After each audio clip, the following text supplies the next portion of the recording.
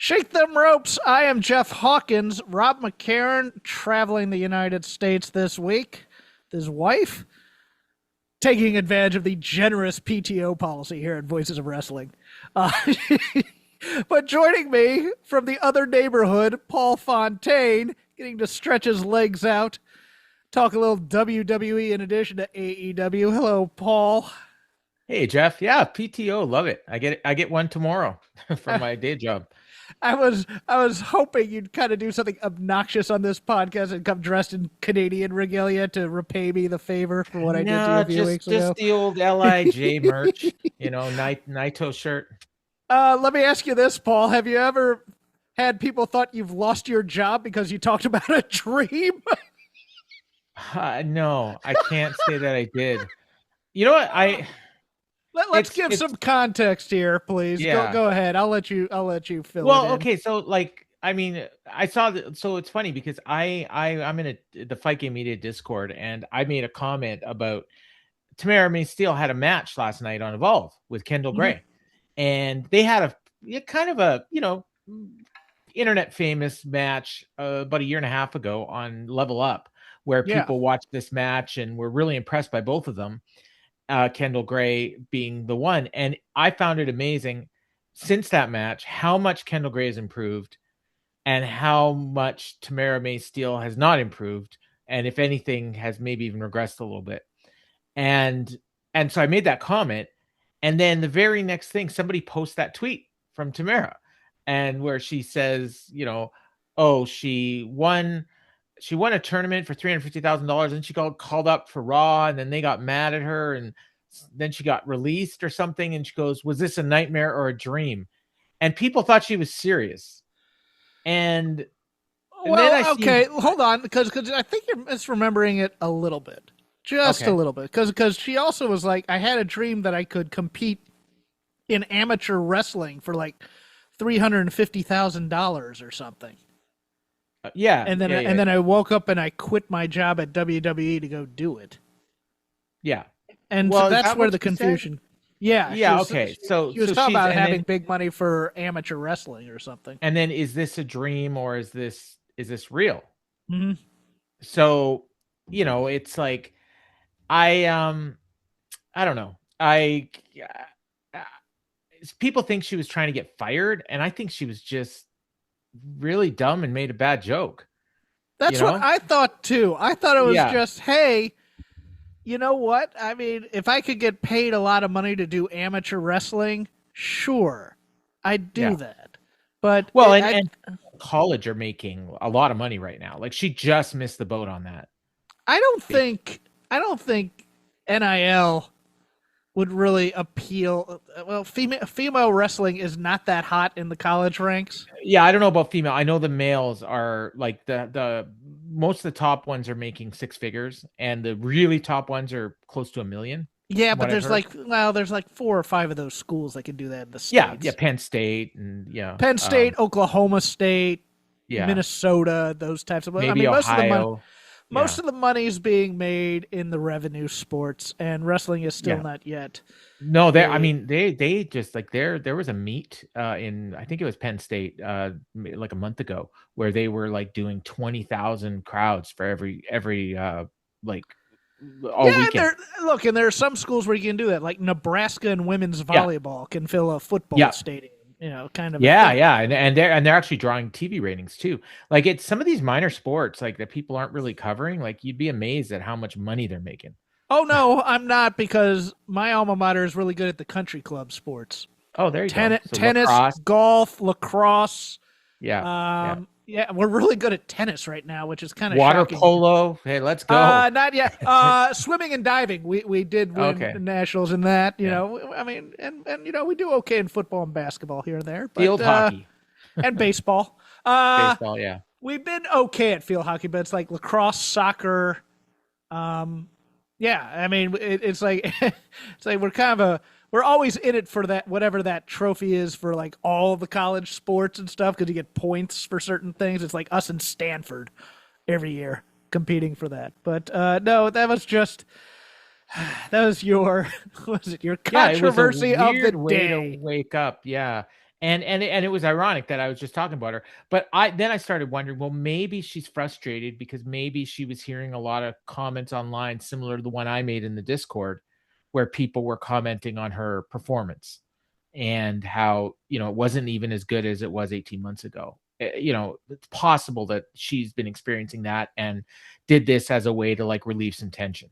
Yeah, I mean that trust me, that happens to a lot of creatives that are in a thing where it's like it's not my dream, but it's better than not being in it and stuff like that. Yeah. So and especially when you're a woman, and especially when you're a woman of color. In wrestling or just in the creative arts? In wrestling, on social media. Okay. In particular, like people are going to be more critical of a woman of color on social media. It's just a fact. Ask Mercedes. I think wrestling fans are weird. Well, there's that. There is that. I mean, there's no a question. certain. Yeah. I mean, from some of my problems that I've had over the years with fans trying to get me fired from jobs and stuff, which is just weird to me. But yeah, I love the ones that try to get me fired from jobs that I don't even get paid for. That's good. Yeah. That too. That's always fun. Yeah. So how can you write about pro wrestling when you don't even know CM Punk's entrance music from Ring of Honor? How does Jeff Hawkins call himself a voice of wrestling when he's been watching wrestling for 45 years and knows more than you've forgotten? Yeah, he's forgotten more than you know, is what I meant to say. Oh, it makes me cry so much. Yeah, but yeah, so I don't know what's going on in her head, but it was, and I mean, it was to the point where serious journalists were contacting WWE to find out, has she been fired? Like John Alba, Dave Meltzer. Hold on, John Alba, you consider a serious journalist? I do, yeah. Okay. We'll talk about serious journalism in a moment, because that's the third story I have. But the second one, we had a nice spirited debate. I think I've mellowed a bit, but also hardened a bit on my stance. But yes, Kisway, I think is how you pronounce it, the global leader in streaming technology and services, and All Elite Wrestling, one of the most dynamic brands in professional wrestling, Jeff reading for the press release, tonight announced the global launch of MyAew, a new digital platform for All Elite Wrestling. Powered by Keysway, the platform gives fans immersive access to live and on-demand events outside the United States and Canada. A dedicated fast channel with ad-supported viewing available to fans globally, and more exciting features to come in the near future. Now, I guess the pricing for this is $10 a month if you're not in the States or Canada. And if you sign up for the annual plan. And if you sign up for, yes, because that's the gimmick now in even all software. It's like, well, you can pay more for monthly, but if you pay for a whole year, you get it for a little bit cheaper. But yes, correct. Yeah. In terms of international outreach, where AEW does not have a lot of weekly television, you can now get the weekly television and the pay-per-views for very cheap. Mm-hmm. And immediately, even one of my former employers, God bless Fightful, came out with, hey, if you get a VPN... Mm-hmm. And you say you live in the third world or whatever, you can get all this stuff. And I had a bit of a problem with this. And it wasn't even my moral problem. You can listen to the argument Paul and I had last night. I realized what it is that Jeff Hawkins, cynical corporatist, when I'm not all that much. I just mostly care about my friends, my family, get a good table, don't fly coach. That's all I really want out of life is just to be able to take care of what's in front of me.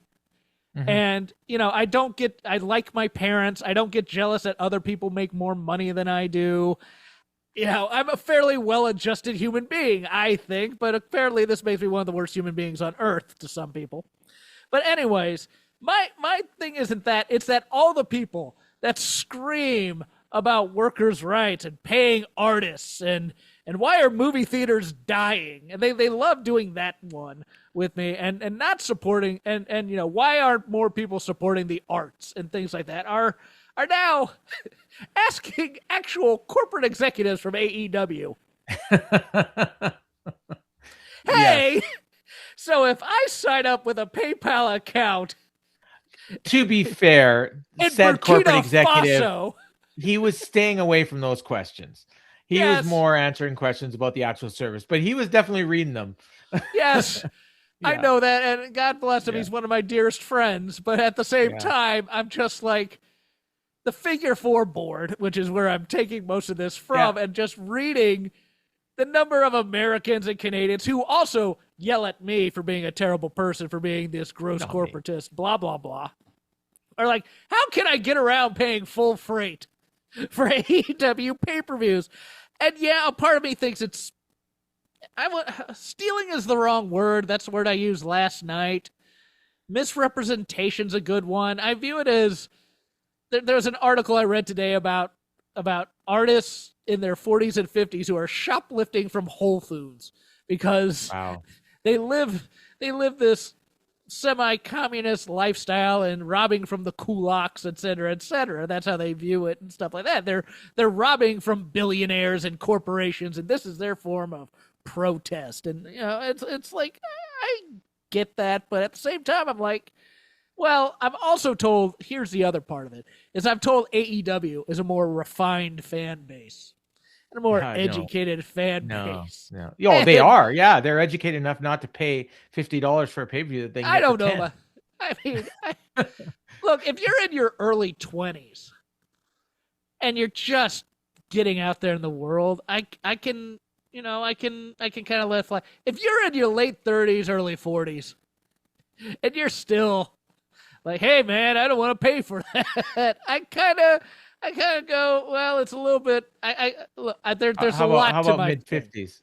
I know. Okay, you can explain your position here, well, because you provide the alternative to Jeff Hawkins's rigid, strict morality, because he has, and it's not really that. It's just I have a very intense guilt reflex. No, I hear you. And I have the same guilt with regard to, and I have people telling me all the time, like, why you even give them that? Why not just stream it for free? And here's how you do it. Here's the service you got to download. Like we were talking about this earlier. Like comp tickets, I feel guilty about asking for.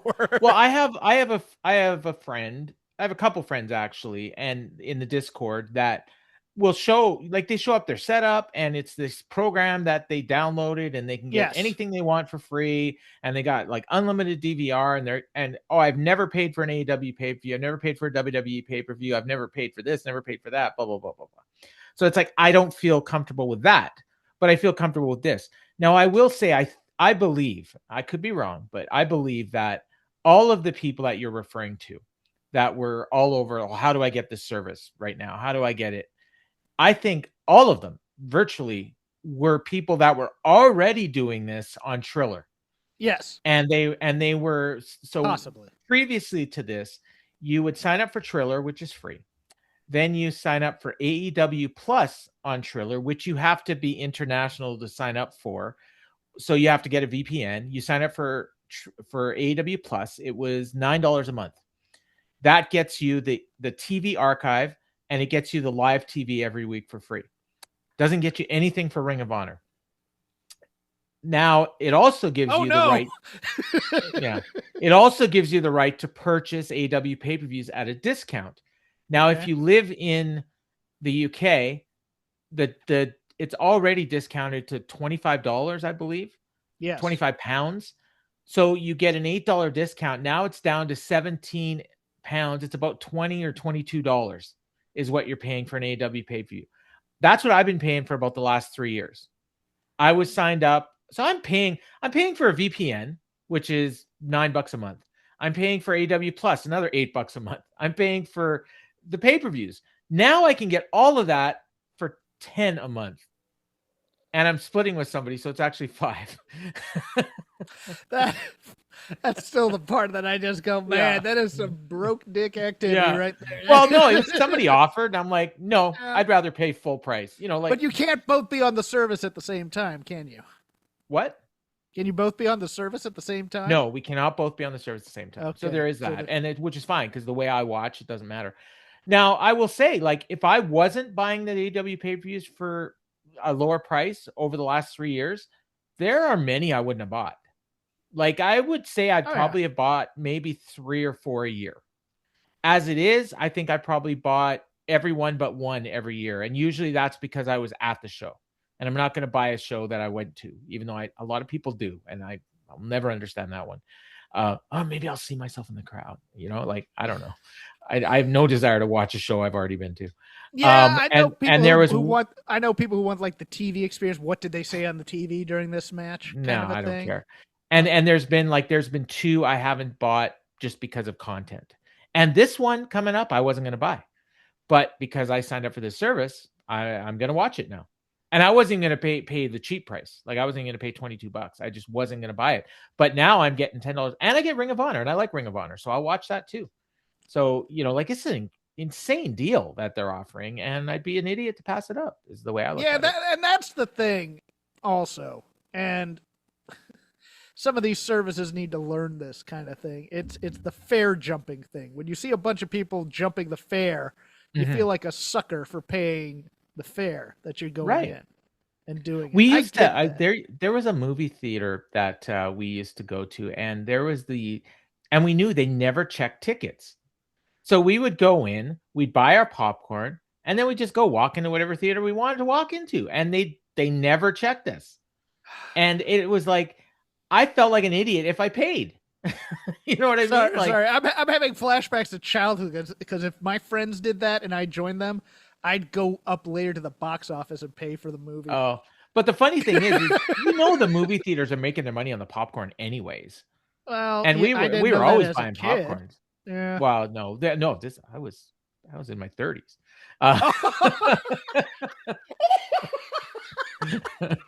No, me and my buddy would go every week, and occasionally the guy would show up and, oh, where's your ticket? Oh shit, we forgot to buy it. Okay, we'll be right back, and we go buy it and we come back. Canadian sociopaths. That's what we're. And this was a discount theater too. This is like the $4 ticket, the second run movie theater. You're ripping them off. Oh, Paul. But we're paying full price for popcorn. So. Oh well. Yeah. I mean, down here, it's popcorn's actually sneaky expensive down here. Oh, it's not sneaky at all. It's like, and it's gone up. Like, so back then, I think we were paying pay about $15 for a popcorn and a drink. Now it's like 25. Yeah, something like that. Yeah. Not a hill I'm going to die on, but never let it be said that I'm a bad creative union member in any way. No, and fair enough. And I'm not one of those workers' rights people. As far as I'm concerned, like, you sign a contract, that's what you get paid.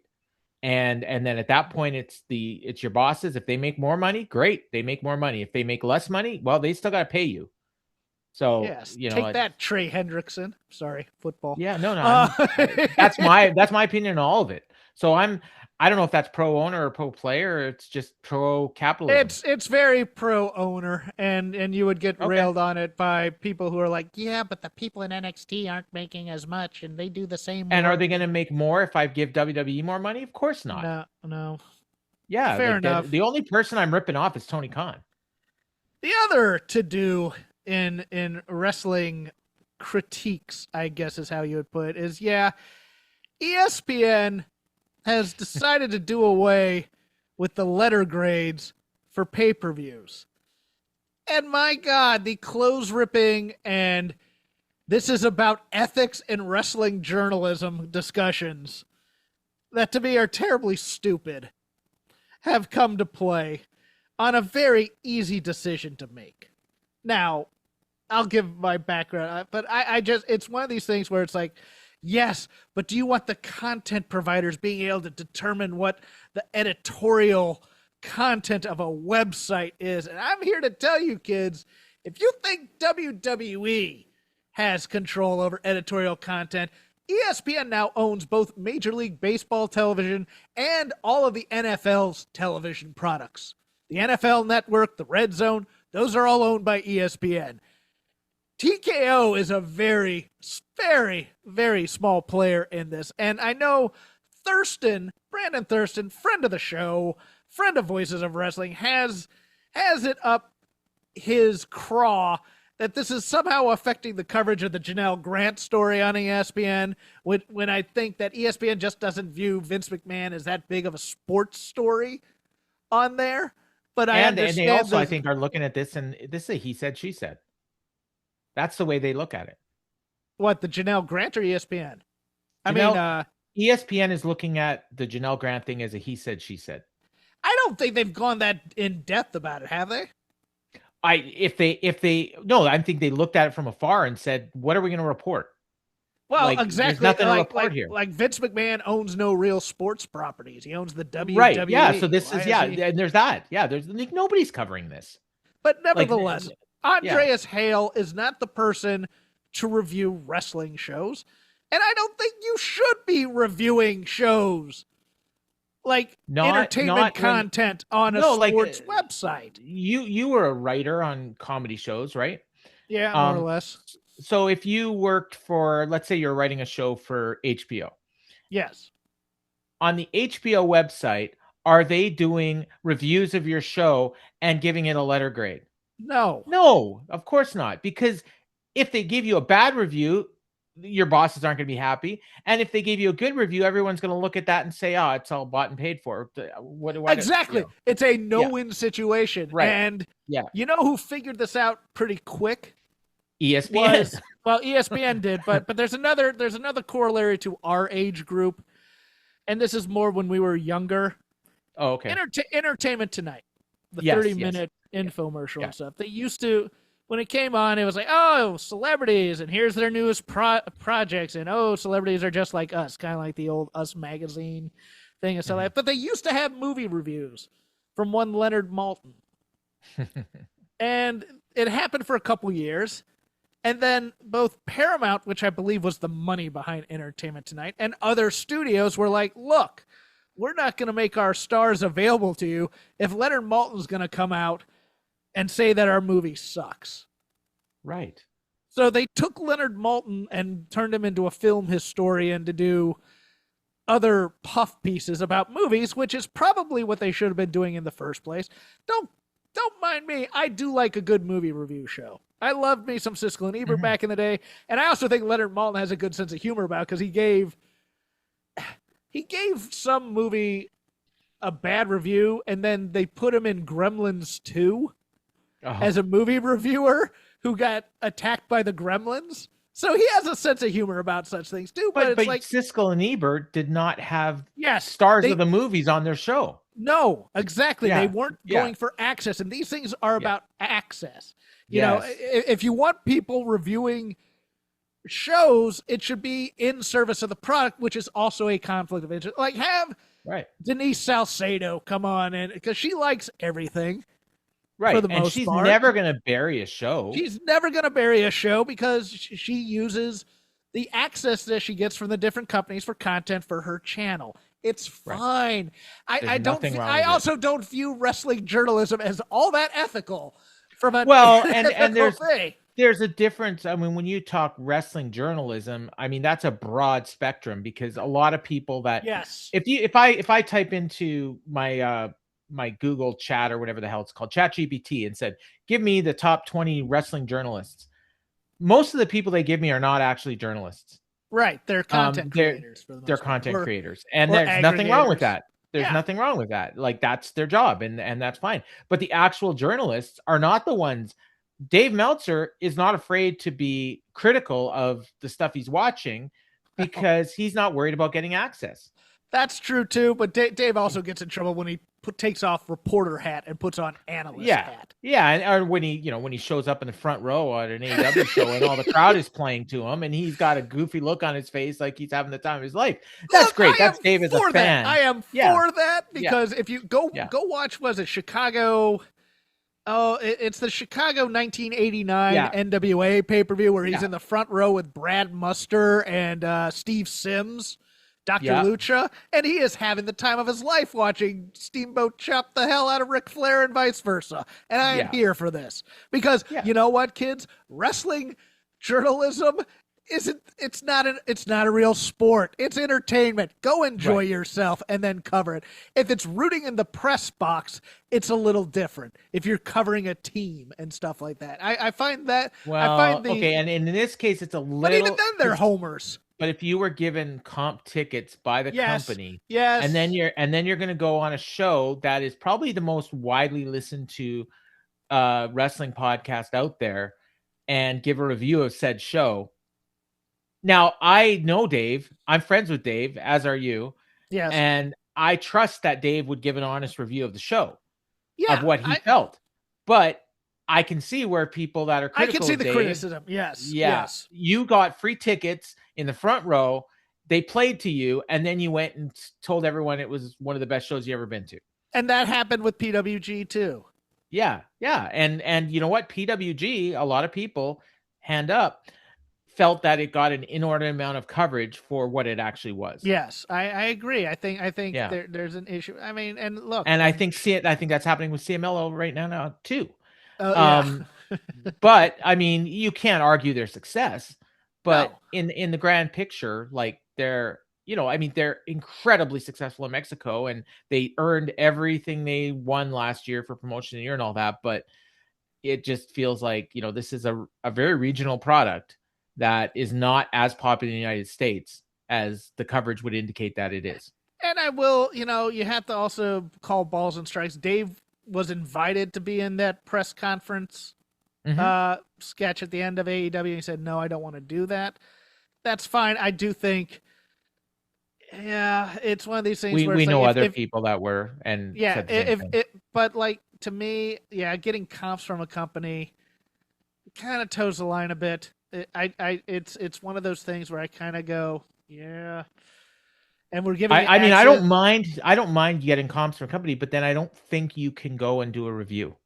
Okay. Right after. I'm going. Yeah, you can't, or the company can't expect a quid pro quo either. Right. Definitely that. And I think both sides know, hey, if they put on a bad show, Dave's going to bury it. Right. But yeah, I've taken comps from AEW and never on a show that I was going to be reviewing afterwards. Okay, fair. So, I will cover them, and I give them, I think, fair coverage. I mean, we get criticized for our coverage, so it's probably pretty fair. And they have not denied me coverage, despite the fact that I don't always put over their show. So, right. In that sense, it's not quid pro quo for them. No, they have never nor should they expect it. I mean, usually when you get, and also usually when you get comp tickets, usually far away or in the back, so that nobody knows you're there. Second row. I know. Yeah, for other people, for me, that was you could have had those tickets, but you decided to go see Maroon 5. Oh, that's right. For this one. No, I'm just talking the times that I did. Because that was Tanahashi's US. You even said if I knew Tanahashi was going to be there. And the funny thing is, because they didn't advertise it until like 3:00 that afternoon. Got dumped right after the Maroon 5 show too. So there you nice. Go. Yeah. but you even said, if I knew Tanahashi was going to be there, I probably would have gone with you. They didn't advertise Tanahashi either. This is the thing that was so frustrating. But so let's lazy river the actual Graps type stuff a bit. But we will start with AEW Revolution and a preview. We went over this last night. I don't think anything's changed on it. I'll try it. It's so weird how Wikipedia stretches it, because you're trying to go, okay, I want to do the main event last, and then you're looking for the main event within the 30 different things. But let's go. There's at least one match added, because it was only 12 last night, and I have 13. Okay, I have 13, but I think they added the Big Boom AJ versus 2. No, that was there before. Oh, was it? Yeah. So well, then let's figure it out together, shall we? All right. You know what? I'm wrong. I think it was 13 last night. Okay. On the quote-unquote 0-hour 21-man blackjack battle royal, I'm going to click this to see if they actually have the rules. No, they don't. Okay, because they have blackjack and then battle royal as links. Ricochet against 21 other people for his AEW National Championship, a prestigious award. The only known factor in there right now is Tommaso Ciampa. Do you have Ricochet, or are you taking the field? I'll take the field. I like the call that this bleeds into the pay-per-view, and that there's, in a battle royal, everybody has to start at once, right? It's not going to be 20 people and then the wild card. But if it were that way, I'd say the wild card might be a return. It might actually be Will. Oh, I think it's a little soon for that, but okay, I mean, maybe somebody else then. I do think we're going to see Will, and I can't remember if I called that last night. You did. You said last night after the main event, though. So after the main event, that's what I'm calling. Do you have a return? All those Brits can stay up. I think we'll get a return or a debut. I couldn't even guess who. There's a lot of people we haven't seen in a while, so it could be anybody. Okay. Maybe Eddie Kingston. Haven't seen him in a while. That's actually true. I was thinking somebody LA based. You know what? They could just reintroduce Bowens here in some way, although he's been Yeah. with the Well, Ops. he's been doing that stuff with Hook. Yeah, never mind. I mean, anybody that's not on this card, I think is a pretty good bet to be in this match. Frankie So, Kazarian. Let's see if he. I don't know about Yeah, that. I don't think that's coming. No. Daniel, Scorpio Sky. Scorpio Sky's around. Sure, anybody Yeah. from SEU. Yeah. Willow Nightingale versus Lena Cross for the singles in a singles match for the AEW TBS Championship. I think we both kind of agree on this, but I'll let you go over what we think.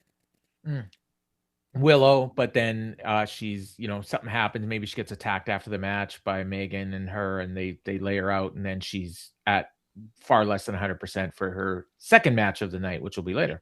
Yeah. Then to the main card, Darby Allin, Orange Cassidy, and Roderick Strong. Oh my God. What? This is the one they added. I think. The redeemed after leaving him for dead, Roderick Strong versus the dogs of David Finlay, Clark Connors, and Gabe Kidd. Thank you to AEW for putting their promo on social media, not on television, so we can know what's up with this. Oh, group. so whose promo? Was it Darby, Orange, and Roddy? No, it was the dogs. They did a promo. Oh. So we still don't know why Roddy walked out on Orange and now saved him. No, okay, no, we don't. Doesn't matter, I guess. I was told this was a great story, and it was the logical conclusion. It wasn't. I don't get you people. Well, it would have been if he hadn't walked out on him a month ago and told him in a promo ahead of time, "I hate you and I don't want to tag with you anymore." If he came back and said, "I'm sorry," before he came out and did this, maybe I'd believe it. But instead, if he had to walk to the ring at a glacially slow speed to make a quote unquote save and then pretended to be with the dogs before, it's a swerve, bro. Ian Riccaboni. Oh, what a redemption story. Screw you, Rick. One trick pony. Ian Riccaboni. I've had enough of Riccaboni on Dynamite. I couldn't believe this. Who do you have? Baby faces or heels? As I said last night, it doesn't matter. So let's say the baby faces. Yeah, it's a big group hug. I think it's possible we could get another dog added at some point. So I think these teams are just going to keep increasing until we get enough to do a blood and guts match. That's my call. God, you'd have to bunch of guys with black trunks and knee pads. It looks like bunch of generic guys that Kevin Nash would call a vanilla midget if he was still relevant. Oh my! Actually, Gabe Kidd's pretty big, so I don't know if he would qualify as a vanilla midget, but the other two is he would. That big? He doesn't. I think so. Yeah. Big. Okay. No, he's like 6'2". Oh really? I think. Okay. Yeah. In the aforementioned tag match, the Babes of Wrath, Harley Cameron and Willow Nightingale versus Megan Bayne and Lena Cross for the women's world tag title. 6 feet 235. 6 feet 235. Anyway, sorry. Babes of Wrath. I walked over you. Babes of Wrath against the Mega Bad or whatever they're called. The Twin Towers is what I'm calling. The Twin Towers. Let's go with that. Yeah. I think we're getting a title change here. Good. I need me a dominant heel team running through people, and then you have the birds or the brawling birds over here doing their shtick, and give it 2 months, and then put them together and just let them beat the crap out of each other. I like the Babes of Wrath. I like me some Harley.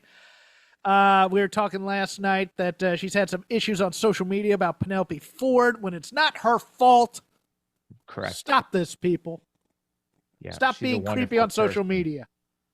She's a wonderful person. And, she's a wonderful person, but wrestling fans are garbage sometimes, and I'm tired of it. I'm just tired. Yeah, all the same people that thought Tamara May Steele was fired are the ones that were, the obsessives. Timeless Tony Storm versus Marina Shafir in a singles match where everyone's banned from ringside, and maybe we'll get some clarity on what Marina Shafir is doing in this babyface group. But we have a difference of opinion on this one. You think Marina, I think Tony. Yeah, you know what? I'm kind of coming around to your thinking. I think I think we're getting close to Mercedes coming back to AEW television, and I feel like we're on a collision course with Tony and Mercedes to have a rematch at All In. So I think Tony's losing days are done for a while, and she's probably winning this one. Yeah, and the no people allowed at ringside. Probably, maybe is this a Continental title match? Yeah, it's for the women's Continental title. Yeah, so I just made up a new title. Hopefully Everyone Tony's not banned at listening. ringside to me screams Wheeler Yuta's coming to ringside. That would break the stipulation, though, wouldn't it? Yes, but remember Wheeler F.U. Yuta chants all night. True. Yeah, So, yeah. Wheeler's probably in that battle royal. That's probably true too. Yeah. Big Boom AJ versus to be announced. I think we got some clarity on the Collision tapings about this. Oh, really? Yeah, it's gonna be. I think it's gonna be a multi-person tag with AJ and QT and maybe somebody else against Shane Taylor Promotions. Oh, okay. And they're the Ring of Honor Trios champs, I think. So yeah. So maybe even a title match or something to set up a match on the Ring of Honor pay-per-view. So what do you maybe would they get Paul Walter Hauser to team with them? You know what? If they do that, this would be the place. Yeah. Look, I don't mind Big Boom AJ shtick. I really no, don't. I like it. Yeah, and I think he's a solid wrestler. And this can be on the main card. Yeah. Wow. For once, they're taking him off the 0 hour and putting him on the main card just to see how the disaffected LA audience will react to him. Yeah, everyone's at the Oscars anyway, so. So are all the Ubers, by the way, kids. Uh-oh. Yeah, we'll see how that goes. I got Big Boom AJ no matter what it is. I think they still do the feel good moment stuff here. I'll go the other way just because I think that they'll build to a rematch at Double or Nothing. They're going for Heat against Big Boom AJ. Double or and a match at Double or Nothing where AJ will get his win. So I got news for you. Given his obnoxiousness, I think they might cheer for Shane Taylor Promotions if they do beat up AJ. Maybe. Yeah, because he's probably not a popular guy in LA, East Coast, West Coast thing and all that. Yes, it's the Biggie Tupac of our time. There you go. Shane Taylor and AJ, the Costco guy. Chocolate chunk cookie. Doug Callis family of Kazuchika Okada, Kyle Fletcher, and Mark Davis versus Mystic Just Speed. I don't know. I was trying to portmanteau that. I couldn't do it. But Mystico and Kevin Knight and Mike Bailey for the World Trios Championship. I got chalk here, and I think Kevin Knight turns after the match. Yeah. What do you think? Yeah. I think he walks out, he disappears or something. So it's not clearly obvious what he's doing, but I think he ends up leaving them alone. I've been really thinking about this Kevin Knight thing, probably way too much. And a lot of people are calling for him to turn on Hangman in the main event. And I think that might be what happens. And the whole thing is if you look at it, number one, he keeps being told he's the future. And so by the way to not be the future anymore is to eliminate part of the present. And not only that, Hangman walked out on him in their trios title match, and that's why they lost. So he may be holding a grudge over that. Okay. So I think he ends up leaving and leaves poor crown jewel of the French embassy. Canadian. Maybe, yeah. Well, see, and this is where I think we may end up with a situation where Nana recruits him, but Swerve is not necessarily on board with this. Okay. And Swerve isn't happy that he screwed Hangman. Right. Because we want that Hangman Swerve tag team. Yeah. That aren't necessarily heels or baby faces, but they're just ass kickers. Speaking of ass kickers, the lovely and crazy Tekla versus Chris Statlander, 2 out of 3 falls match. Good Lord. For the AEW Women's World title. Tekla and 2 falls, baby. That's what I want. 2 straight. 1, 2 within 60 seconds, please. But... Not in 60 seconds, but no, whatever it is, I hope the first 2 falls are quick and then the third fall is the actual match. But I think Tekla's got to retain, right? Oh, yeah. I don't see any other than the rebranding of Stat. I can't see taking the belt off of her this quick. And then do we get Mercedes after this match, maybe?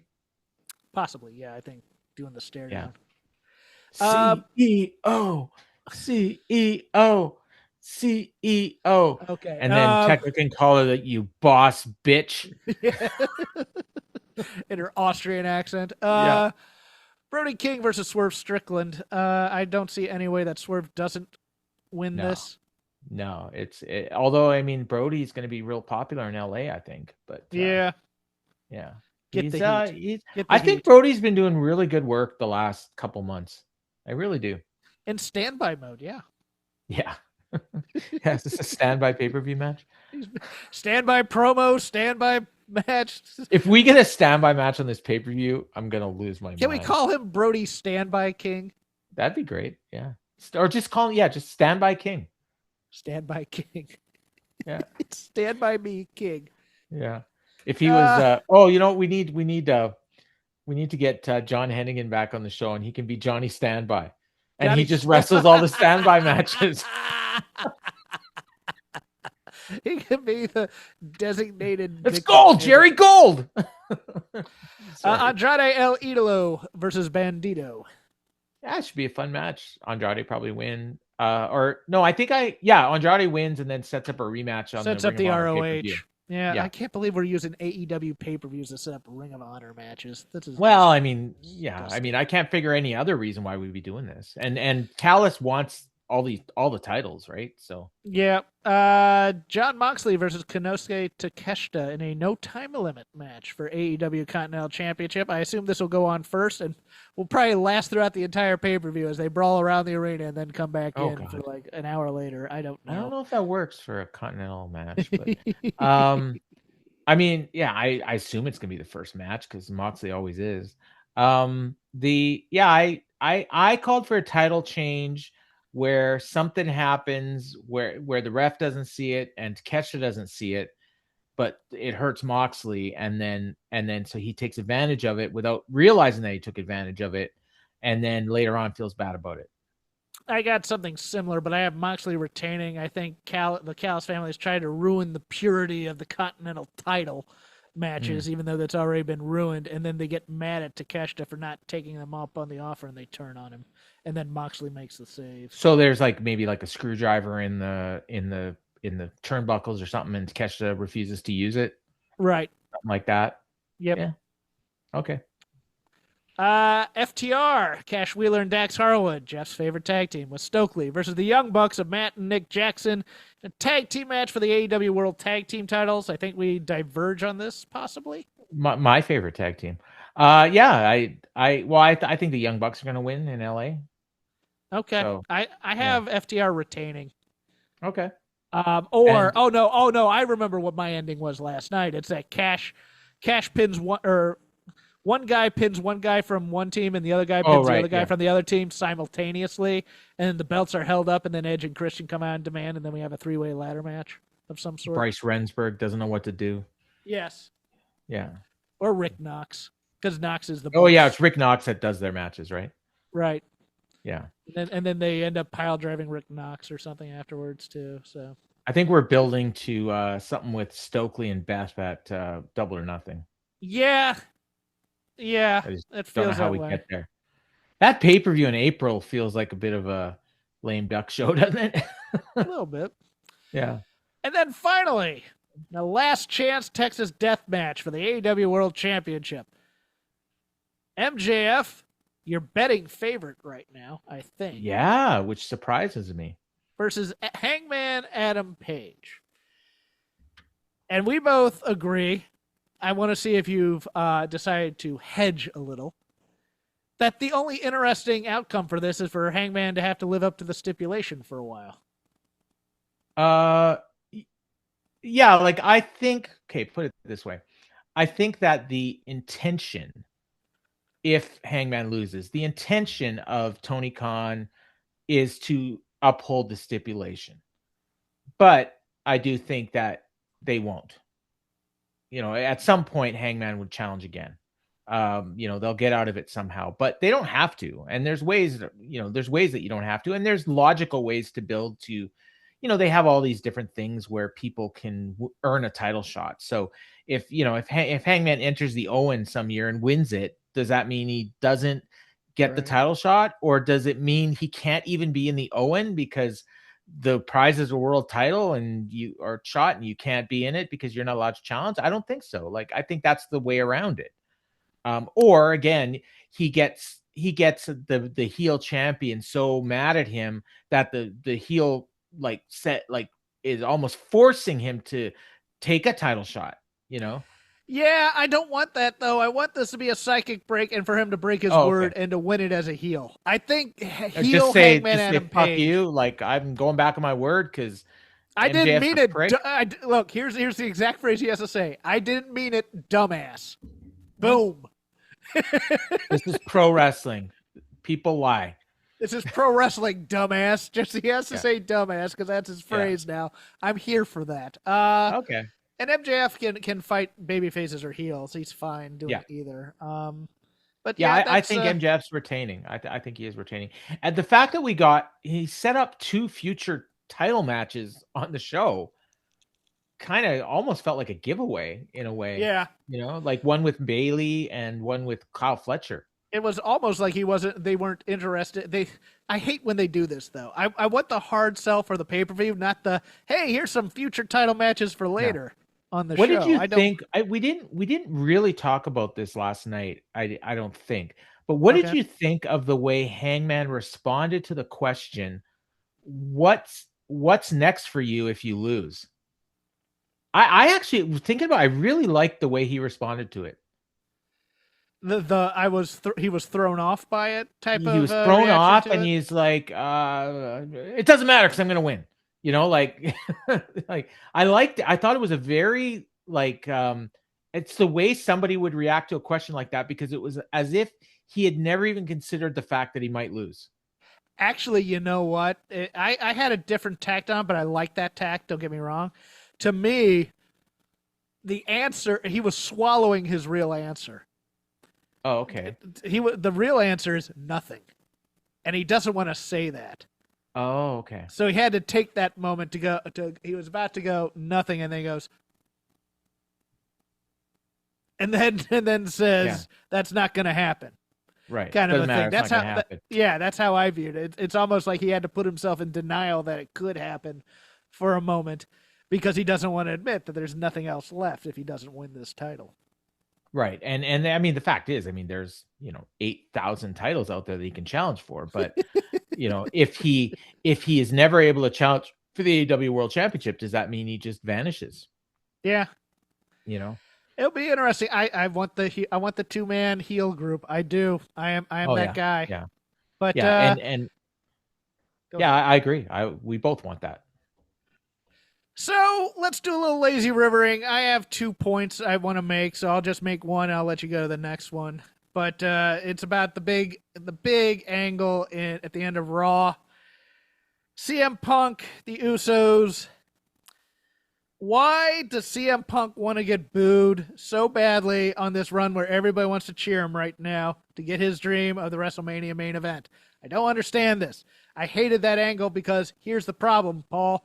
The Usos are right. The Usos are dead right. And Punk is playing this I'm a jerk with a point type thing again, which me and the other co-hosts of this show used to go over constantly, but that was in the media type thing. Here, it feels like they've made the conscious decision to heel CM Punk in this feud. And I don't like it. Who is the WWE superstar that used to always say the best kind of heel is the heel that believes everything that he says? All of them, for the most part. But there was one that would trumpet this.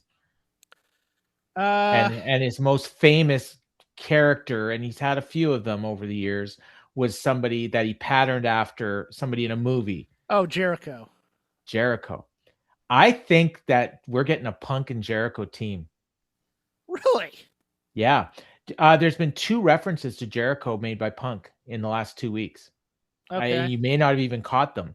I haven't. He told Roman Reigns that he made the list. Uh-huh. And then this past week, there was something else he said that was a Jericho. Oh, God, I'm drawing a blank on what it was. Oh, drink it in, baby, or something like that. Drink it in. Yeah, something like that. Yeah. And I think we may get, and not just Jericho, but Keys. So Punk, Jericho, and Keys against Roman and the Usos. As kind of the stand-in for AEW? Kind of, yeah. Yeah.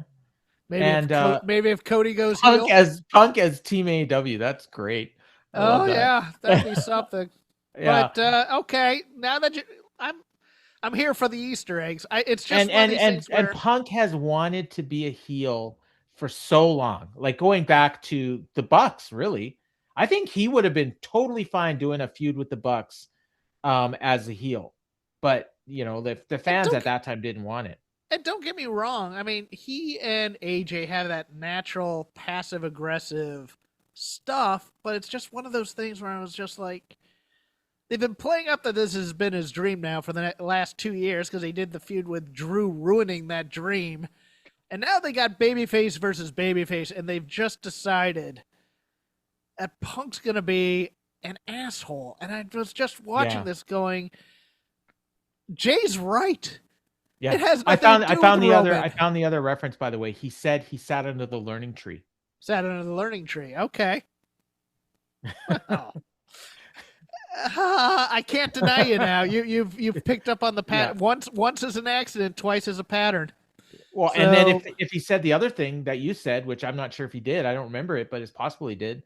I thought he said drink That's it in at three. some point. If Okay. he did, that's three, and that's not a coincidence. That's not a coincidence at all. They're just gonna Yeah, hammer it home until we all yeah, realize it. yeah. Okay. So where would you like to go somewhere? I think you wanted. So I mean, we kind of talked about. Well, I mentioned that Tamara May Steele had a match with Kendall Gray on Evolve last night. It was a really good match. Like, I actually think it was a better match than their first one. But what stuck out at me was how much Kendall's improved and how much Tamara May Steele has stalled, if not gotten worse. And I think that's an indictment on WWE and their training. I wouldn't necessarily say it's an indictment on her, although you could say that, I suppose. But it was an interesting episode because, as you had told me before I watched it, that she had vacated the title. So the setup for it was she had to defend the title, but if she won, then she could leave Evolve as a champion. And then Okay. they haven't announced what they're going to do with that belt. So she did, and then they did a nice video package for her after the show, and it was, she said goodbye to Evolve and whatever. And then Jackson Drake's doing the same thing next week. He's going to defend the title, and then if he wins, he leaves without the belt, and if he loses, graduates. obviously, Yeah. yeah, whoever beats him, yeah, they call it the final evolution, is what they called it. So you lose, and you lose the title, obviously, but if you win, you get to leave as champion, and then the title's vacant. But the Evolution interesting is a thing, which you mystery. didn't tell me, and maybe Oh. you didn't even know, I probably didn't. so when Stevie Turner left the company in October, they had a bunch of episodes in the can. So she was still the GM for about a month and a half after she left the company. Okay. And then they didn't have one for the last 2-3 months. And they named a new GM, although the person they named did not like the title of GM. So he says he wants to be referred to as the foreman of Evolve. Who is it? You're puzzled. I haven't heard Timothy this. Thatcher. Yeah. All right. I'm here So for this. he is the foreman of Evolve, and he's a take no prisoners, like boss. Look, this show used to hammer Thatcher as having no personality. So I'm kind of here for this. I'm kind of here for personality-driven Timothy Thatcher. And also just I have nothing but respect for a guy who kept his accounting job while wrestling. Yeah, it's interesting. Like he basically just get in people's faces and say, "No, you're doing this," and that's it. Like, he's competency. I'm here for competency in my general managers. And he's not lazy. Yeah, so it's interesting. I'm watching Robert Stone talk about this and who they're going to name, and I'm like, who are they going to? Who is it? And oh, okay, that was my reaction, kind of similar to yours. Yeah, so I thought it was interesting, and we'll see. Like, I don't know. I mean, they taped this stuff a couple weeks ago, but you never hear anything about Evolve until it actually airs. So I don't know what happened, and I don't want to know. Your point goes into mine. I actually thought it was a pretty good week for women's wrestling across the board. I mean, you start with Raw. Yeah, that gauntlet was good. The gauntlet was good. I'll tell you something. Ivy Nile does not get enough credit for her improvement, and that's a problem in the arts in general, where someone gets elevated a little bit too far above where they should be, and then you don't give them credit for adapting and learning more. But I think she's look, I'm not gonna say she's a workhorse, but she's actually, she's doing the work and she's getting better at this. I thought she was good. She's been doing 10-minute matches on Main Event Yeah, for with the like last 2 years with everybody. with like the Carmen Petroviches of the world and stuff. Yeah. Like that's what she's doing now. But before that, it was basically whichever top star on Raw wasn't wrestling that week, and so she got better, and now she's the one leading the dance with some of these younger people. And she is jacked too. I did. Yeah, you don't notice she had a match with who was it? It was a really green rookie from like LFG a couple weeks ago, and it was good. Like it was like Zeta Steel or something. And Bailey and Asuka is just that little throwback. Just a little throwback to the old days. I mean, Bailey has still just enough to do that type of stuff. Like she's doing the old school flying through the ropes doing drop kicks. I mean, Asuka, of course, is just kicking the crap out of you all the time. And Lyra just pounded Kairi Sane into Jesus. into the ring apron. Oh my god. But that and the dive that yeah. On that thing on Asuka, or she gets hit in the mouth. You're like, my God, what these women are tough. Then you get to NXT. Lady Reed and Soul was good. Maddie and Ren. Yeah, I always call her. Oh, who did she wrestle? It was Ren and Thea Hale. Oh, right, yeah, that speed match. Yeah, that was good. And I worry about Thea. I think she should have been brought up by now in Chase U, and she's kind of floundering a bit, but I still like her a lot. I mean, both of those matches looks like she's aged 10 years in the last 3. Yeah. I wonder if she's smoking. I wonder. That's what I was, because you and I both. She aged 10 years in the face. It's like, my God. But I mean, I still like her a lot. And that's the thing. And Ren, I think they're telling this story that she's not going to win the big one until she wins Ultimate Survivor this year. I think Kendall actually ends up winning the title, and then it becomes Ren versus Kendall at some point. I think Kendall winning at Stand and Deliver is probably, you can put that in pen. Yeah, because I think JC's finally gonna get brought up too, probably with the others. But they should bring up that whole crew, or you could team her with the Bellas. Yeah, Lainey I heard that. Much of a better upgrade. No offense to Jasmine Nix fans out there. Lainey shocked the hell out of me with how good her match was with Soul. Yeah, she was really, really good. Yeah, I was surprised, and it's funny because I remember when they brought her in, like it was just it was when Blake Monroe debuted. You remember? Yeah, and she just showed up, and her gimmick was just, I'm Southern, and you're just like, and I'm Lainey Reed, and you're like, who the hell are you?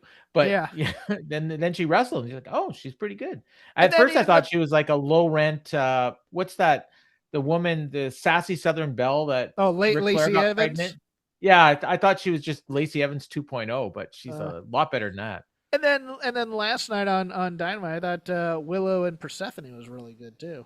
Until the end. Yeah, they had a tough go because the crowd was coming down from that Kyle Fletcher match, but it was a bad finish, but the match itself was really good. Anything else on the wrestling spectrum that caught your attention this week? I've been watching the New Japan Cup, and it's not lighting my world on fire. A lot of bad matches. No, a lot of bad matches. I mean, there was Drilla Maloney and I can't even remember. Aaron Wolf? No. But you know what? Aaron Wolf had a good match. It was him teaming. I can't remember who he teamed with, but they wrestled the Knockout Brothers. And it was a good match, and I was surprised. It was like an opening match on the show. And then today's main event was Bolton Oleg and Hanare. And you'd love this match. Like, this was great. Really? They beat the shit out of each other for like 20 minutes. And it was awesome. Like, I would go out of your way to see that if you have a chance. But other than that, like the tournament has been lighting my world on fire. I will ask you. I keep track of all the matches I watch, right? There are 2 wrestlers that are tied for the most matches that I've watched this year at what's 14. 14? 14 matches. Who? And you're going to ask me who I think they are. Oh, God. Just take a guess. See if you can get one of them. Speedball Mike Bailey. No. Really?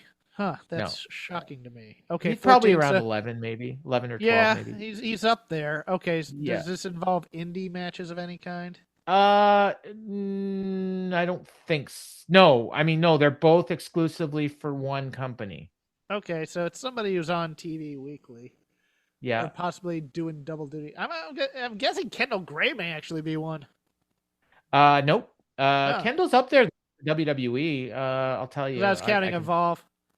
All Well, right, yeah, and that's give you them know to me what? because. Kendall is at only 8. Oh, 3, okay, I 6, was wrong. 8. No, it's I will tell you this, and just kind of give it away. Maybe one of the people had his very first match this year, Huh. like his very first match. So that'd be Aaron Wolf then, wouldn't it? That would be Aaron Wolf. The other person, I'm not gonna guess Aaron Wolf in a million years. I made it as a joke. no, But I've watched 14 Aaron Wolf matches this year. My God, what is wrong with you? 13, 14, 15. No, 15. Sorry, 15. Were any of them good? Other than that tag match? Yeah. Okay. The tag match and the match he had his first match. I just hear people burying him all the time. No, he's not very good at all. But but he had a good match. The match they had with Evil at Tokyo Dome was pretty good. Okay. And then the other guy won his first major title this year. What do you consider a major title? That'll be funny. World title for a major promotion. Oh, okay. That gives it away right there, I think. Yoda Tsuji. Tsuji. Yeah. So I'm not going to guess New Japan people ever because I don't watch New Japan. Everyone says I'm a WWE honk, and I really watch more. No, you watch everything. You watch everything, and this is why I talk to you occasionally to catch up on things I don't watch because I've started reading books again. But I watch every New Japan show that goes up on World. I don't necessarily always watch every match.